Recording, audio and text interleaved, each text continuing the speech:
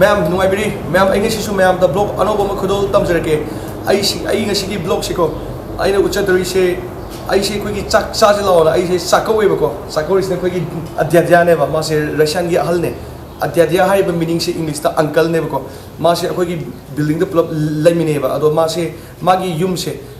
कोई 60 किलोमीटर लापे बा मागी रशियन की युम दा अदो अखोई प्लॉट आदा लेमिना बने अदो माना खुजे चाको वाई तारे अखोई करी करी मथियल बो मोगी मथियल मैम ले बा मोगी रशियन की चाइंजांग अदो माना पिज्जा के न तोबा अदो असी सिना मोगी युम ने असी से अदो आयता नाविल खुशवे थोय गिवर्गी फुटली कमदा से थोय गि मॉर्निंग सम अदो मोगी युम से कमाई पाइना सागे उचरके मोगी इमुंग सिकी मनुंग करी ग्रा से अदुगा मोय अफरेन मोयना चाको दुसे करी करी इंजांग नो दो येंगा के दो चाक ति याव रोय चाक याव दो बिदा मोगी स्टाइल अमने चा दुस right they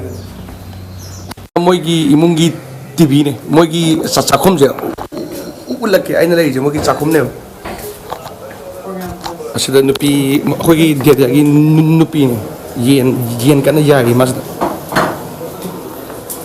aduga asisina hameng это баранья да шашлык делаем за баранина если бы я предупредил заранее предупредил хаменга кенога сансага aduga yenju sina ujen wings moi mungju na le moi na chakauri ne akoi chak sa la laona अदो चाक ती याव रोय मुइस अदुगा असिसिना मुगी चंगबम असि चंगबम मताय अहम चंग पे दुसि असदगी असमाय ले यम नाले अदुगा मुगी लाई लेबा मोइसे जीसस क्राइस्ट निंगबा कांगुने बको मुगी ईश्वर उलकियो तो असिस मुगी ईश्वर ने मोइसे लाई खुरमबम नसी अखोगी पूजा रूम माइतर लाई खुरमबम खक्तगी रूम ने अदो मोगी वेलकम याम फजे अखोइना खुंगुप तोंगा खुंगुप तो मपाना थमामेबको अखोगी जो अखोइना बेबार तौरगा अदो मोइना सेंडल अममंग पीबको अखोगी मनुंग तोंगनिंगाय असुंब चप्पल अमम लोइना पीबी तोंगोना मोइदो चाकपुदी यावरोयको मथेनजे तो सादा गाने मोइना पिजदुजे तो मोगी रशियन अदगी मोगी कम्युनिटी से रशियन का ओसेटियन गनेबा अदु मोगी स्टाइल तो मोगी डिश तो अदु पिजगे अदु मोना पिजगे दो नंग वीडियो सेमो गाना आई वीडियो सेमे मा खंगे आई सिने लैसे अदुगी अदु मैम मराथना कोगी रशिया दा डॉक्टर तमनिंग बसिंग को कोगी मेडिकल पाबजब सिंग रशिया दा तमनिंग बसिंग गी आइओन दा पाव फाबिरो आई नामुक सही सु छात्र पुसले अदो आई हंतकसु दुम पुसन जगे छात्र पाम तमनिंग बसिंग लेरगदी आई दो आई सामकसु रशिया दा लेबनिना अदु आई यूनिवर्सिटी अफबदसु आई पिजगे अकुब मरोल गी आई डिस्क्रिप्शन दा आई नंबर हापसरब गे अदुगा आई फेसबुक अदगी इंस्टाग्राम दा मेसेज तोबिरो रशिया दा डॉक्टर तमनिंग बसिंग गी आई मतेंग पांगजगे मैम बा मोइना लावे मैम को मोगी यूम से को बोटका मैम ले असीसा यू ngakne बोटका दुसु आई अम सतोर कियों को बोटका ngakne से you sung ngau kai ma'am जा ma'am yang gi lai da si ngau मोइ असीसिना मोगी संगोई गुम बाइतार मोइस रो बोटका पामदी मैम ले मा मैम पुगो वाय की बोटका दी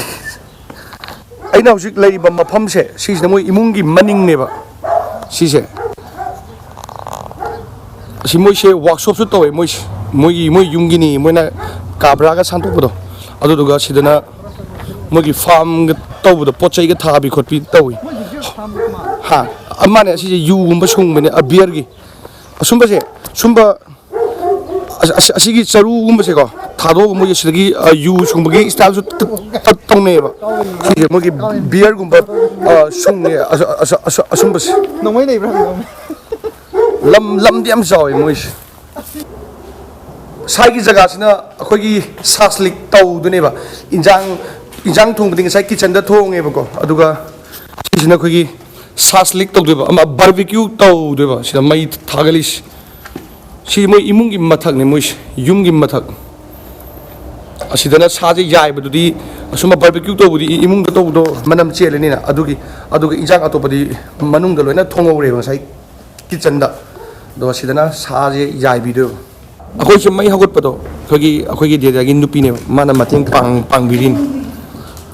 ma akoi lap ti amna har awai amna Вот так, да, и чтобы внизу этот был. А что еще? pai pa chi se ko yong ne 1942 gi ni si World War II tawring agi oiram ne ba asida larik me am le ba mai tha bagi adu theng nari ba nomai kan kam nari ha ba asi matam yum da ko akhoi rom da su akhoi gi yum da inko lai tar di mana masing tha tra adu ko akhoi gi store toroga thambado adu maina ko moi se musibana thame moi su inko dai ne si magi homemade garlic ni yum da tha jabado asi moi su sumaina store toroga thambone akhoi gi yum gi style da akhoi kangli pa ki type da moi su sumaina thamne moi inko maning da am lai ri ba moi ne ko moi gi kitchen da dining table da cha sena hai ba aduga akhoi na stadium cha se hai ba maram di nupa ngak na oren vodka nung su yaw ni ko ado asina wena phara da adugi asi se Osetinsky pai ni si se aduga siram kawe aduga injang mathen myam se asi sina hameng ne ba hameng khogi barbecue tawba adudo А другой с бараниной, с мясом. мясом тоже да Да, он... астэзлэ Не, вот здесь с мясом. 아, 지기리다. asi manungse sidasu yen yawe aduduga sisina sansa Отбивное, это по-цыгански. по-цыгански Да, отбивное. Вот. aduduga asisina keno chicken wings ka moi mafai guma boil toba aduga sida asisu salad dede salad da О, свекла красный, свекло. Свекло. Это редиска. редиска А это свекла. Это другое. Для борща, который бывает красный. asisi angang ba machugi salad 그는 비드 aduga 시리디. asida su salad leire Осетинский самогон. asise yu ne ba ko asise Osetinsky samagon ko e А вино. aduga sino wine mogi homemade ngata ne yungi ngata ne 시리게. aduga whiskey se Kanya. whiskey ma'am na yumda sina ko red label ga dagi sum scotch se sina ko gi cognac eta cognac da Да. И 50 ящиков же. da ngasai aida utba mogi vodka ma'am label eta manoga Это что это? Вино тоже. Это вино. Другой сорт. другой На пробу. это тоже Осетинский самогон Да, это крепкий. крепкий Попробовать надо. это- А Дядя. это простой осетинский, слабый, но он бьет по ногам. А это усиленный. Ва, сразу. это какой хорошо О, это обе осетинские. cheers ado Russian whiskey ni si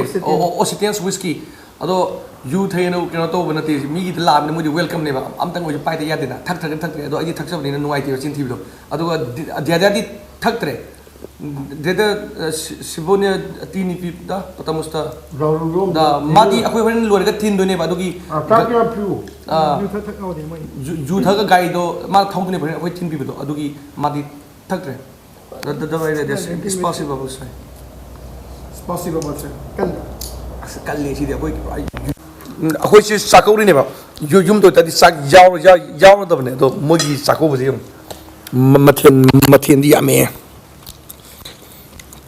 Potato, anybody potato? adu alu jaw I don't need, mogi di alu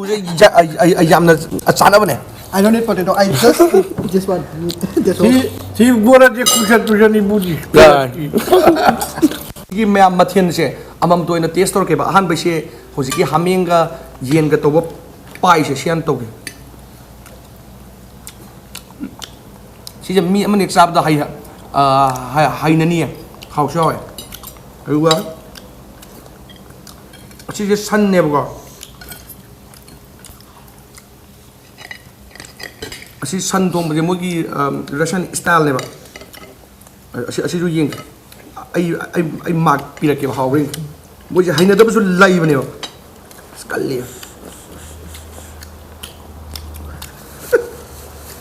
ꯃꯅꯝꯗꯤ ꯅꯝꯗꯦ ꯍꯥꯎꯗꯤ ꯍꯥꯎꯋꯦ ꯑꯗꯣ ꯑꯩꯈꯣꯏꯔꯣꯝꯒꯤ ꯁ꯭ꯇꯥꯏꯜꯗꯤ ꯁꯨꯝ ꯄꯥꯛ ꯈꯦꯠꯅꯔꯦ ꯑꯁꯤꯁꯤꯅ ꯍꯥꯃꯦꯡꯅꯦꯕ ꯍꯥꯃꯦꯡꯗꯤ ꯆꯞ ꯃꯥꯟꯅꯗꯧ ꯃꯥꯜꯂꯦ ꯃꯍꯥꯎꯗꯤ ꯍꯥꯏꯗꯤ ꯁꯤꯗꯤ ꯕꯔꯕꯦꯀ꯭ꯌꯨꯅꯦꯕ ꯃꯣꯏꯗ ꯁꯥꯁꯂꯤꯛ ꯍꯥꯏ ꯃꯣꯏꯒꯤ ꯃꯔꯣꯜꯗ ꯃꯊꯦꯜ ꯈ꯭ꯋꯥꯏꯗꯒꯤ ꯆꯞ ꯃꯥꯟꯅꯕ ꯍꯥꯏꯇꯥꯔꯗꯤ ꯑꯂꯨꯗꯣ ꯑꯁꯤꯒꯤ ꯑꯂꯨꯁꯦ ꯑꯂꯨꯗꯤ ꯆꯞ ꯃꯥꯟꯅꯩ ꯑꯩꯈꯣꯏꯔꯣꯝꯒ ꯑꯗꯨꯝ ꯑꯗꯣ ꯑꯁꯤꯒꯤ ꯌꯦꯟꯁꯦ ꯆꯥꯕ ꯉꯝꯃꯣꯏꯕ ꯋꯦꯜꯀꯝꯗꯤ ꯐꯖꯔꯦ ꯑꯁꯤꯁꯨ ꯃꯍꯥꯎ ꯑꯃꯅꯦ ꯆꯅꯝꯒ ꯇꯧꯔꯒ ꯐꯨꯠꯄꯅꯦꯕ Siarhe, sige. ꯃꯊꯦꯜ ꯌꯥꯝꯃꯟꯈ꯭ꯔꯦ ꯑꯗꯨꯒ ꯑꯁꯤꯒꯤ ꯑꯣꯁꯤꯇꯦꯟꯁꯀꯤ ꯑꯁꯤ ꯅꯠꯇꯦ ꯑꯁꯤꯁꯦ ꯁꯤꯗꯤ ꯑꯁꯤꯗꯤ Это двойной прогонка, двойной удар. ꯑꯁꯤꯗꯤ ꯌꯥꯝꯅ ꯋꯥꯏ ꯆꯍꯤ 2 ꯂꯤꯔꯕꯅꯦ ꯑꯁꯤꯗꯤ ꯆꯤꯡꯕ ꯋꯥꯗꯅꯦ ꯍꯦꯛꯇ ꯑꯣꯆꯤꯟ ꯀ꯭ꯔꯦꯞꯀꯤ ꯗꯦꯗꯤꯌꯥ ꯍꯥꯎꯅ ꯆꯥꯏꯌꯦ ꯗꯤꯕꯤꯠꯁꯦ David! ꯑꯩꯈꯣꯏꯁꯦ ꯆꯥꯕ ꯂꯣꯏꯔꯦꯕꯀꯣ ꯆꯥꯕꯗꯣ ꯃꯣꯏꯗꯤ ꯇꯦꯁ ꯈꯔ ꯇꯧꯅꯕ ꯃꯊꯦꯜ ꯃꯌꯥꯝ ꯄꯨꯊꯣꯛꯏꯅꯦꯕ ꯃꯌꯥꯝꯁꯨ ꯂꯦꯝꯃꯦꯕꯀꯣ ꯑꯗꯨꯒ ꯑꯃꯨꯛ ꯑꯩꯈꯣꯏꯒꯤ ꯗꯦꯗꯤꯌꯥꯅ ꯇꯦꯁ ꯑꯃꯒ ꯇꯧꯒꯣꯏ ꯑꯗꯨꯒ ꯑꯁꯤꯗ ꯇꯧꯔꯤꯁꯦ ꯑꯩꯈꯣꯏꯒꯤ ꯆꯦꯡꯒꯨꯝꯗꯣ ꯄꯨꯝꯅ ꯌꯥꯏꯕ ꯋꯥꯅꯦ ꯁꯤꯁꯦ ꯑꯩ ꯎꯠꯂꯛꯀꯦ अच्छा वो नहीं हिलने के लिए ꯑꯁꯤꯁꯦ ꯆꯦꯡꯒꯨꯝꯅꯦ ꯑꯗꯨꯒ ꯑꯂꯨꯒ ꯑꯗꯨꯒ ꯆꯦꯡꯒꯨꯝ ꯈꯔꯁꯨ ꯌꯥꯎꯔꯦ ꯑꯩꯈꯣꯏꯒꯤ ꯁꯣꯏꯗꯣꯛꯑꯒ ꯑꯁꯤꯗ ꯑꯁꯤꯁꯨ ꯇꯦꯁ ꯇꯧꯋꯤ ꯃꯣꯏꯗꯤ ꯇꯦꯁꯇ ꯃꯊꯦꯜ ꯃꯌꯥꯝ ꯄꯨꯊꯣꯛꯄꯅꯦ ꯃꯥꯅ ꯑꯔꯩꯒꯩ ꯄꯨꯊꯣꯔꯛꯄ ꯈꯪꯗꯦ ꯑꯁꯤꯗ ꯍꯥꯞꯄꯤ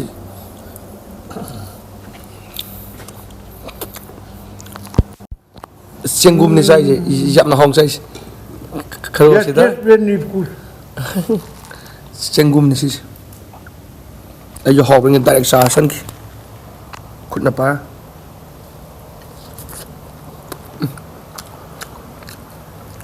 ꯑꯣꯏꯅꯝꯃꯦ ꯍꯥꯎꯋꯦ ꯉꯥꯃꯨ ꯂꯧꯔ ꯆꯥ ꯃꯥꯜꯂꯦ